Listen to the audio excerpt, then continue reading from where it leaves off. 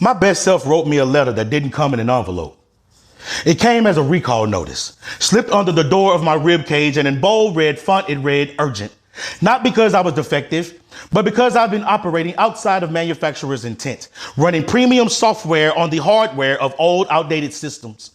The letter started with, "Dear operator, we've been watching you push premium parts through discount expectations, letting clearance opinions price check custom-built confidence.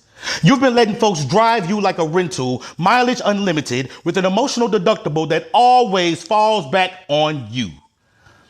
Then you act shocked when they don't bring you back full or respect what was theirs by leaving trash on the floor. You weren't built to be borrowed. You're a custom design, hand-stitched so no assembly line could ever memorize your blueprint. No barcode could summarize your value. You have limited edition patience, a spine reinforced with overtime faith, and a warranty nobody bothered to read, but you have the audacity to call it wear and tear when it's really misuse. You allow people to yank on levels that were never trained to touch, confusing excess with entitlement and calling it loyalty. That's not love. That's somebody studying your features while ignoring all of the warning labels, treating your emotions like a free trial with no long-term investment. My best self underlined that part. The notice continues with, stop letting people hit your emergency brakes just because they don't know how to drive growth, or panic when the road curves upward and elevation starts asking questions their comfort can't answer. You ain't too much. You're just high capacity in a world trained on minimum requirements where folks fear potential because it exposes their own maintenance issues.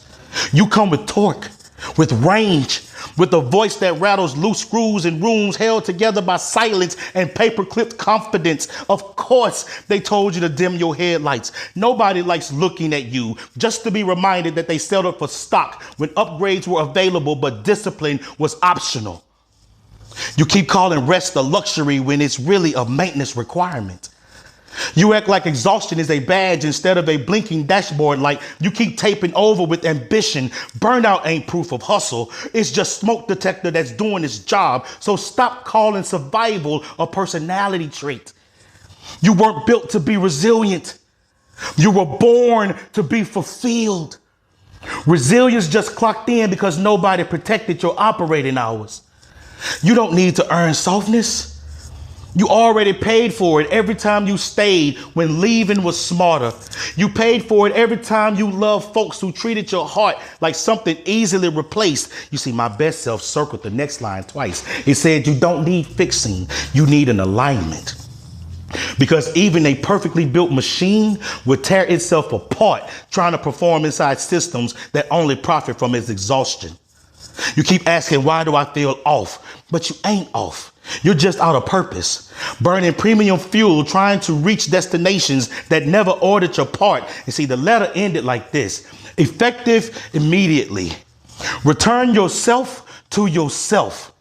No more unauthorized users. No more explaining your worth to people who only read price tags and skip the craftsmanship section.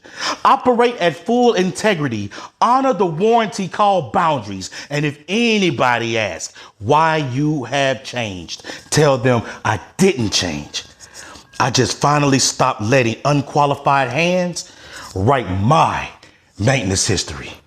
I'm P.A.W.C.R.A.M. Welcome to the experience.